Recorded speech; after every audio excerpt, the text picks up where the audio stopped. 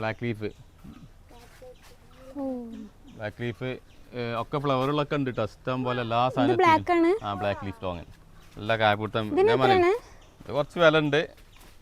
ഈ വ്യവസായാടിസ്ഥാനത്തിൽ ഏറ്റവും വെക്കാൻ പറ്റിയ സാധനമാണത്. കൂടുതൽ വെക്കാം, നല്ലോണം കായ പിടിക്കും. 2 കൊല്ലം ആ നല്ലോണം കായ പിടിക്കുന്ന വെറൈറ്റിയാണ്.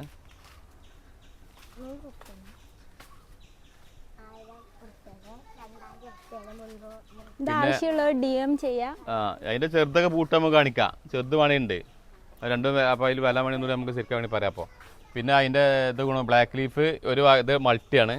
ഇത് ബ്ലാക്ക് ലീഫാണ്.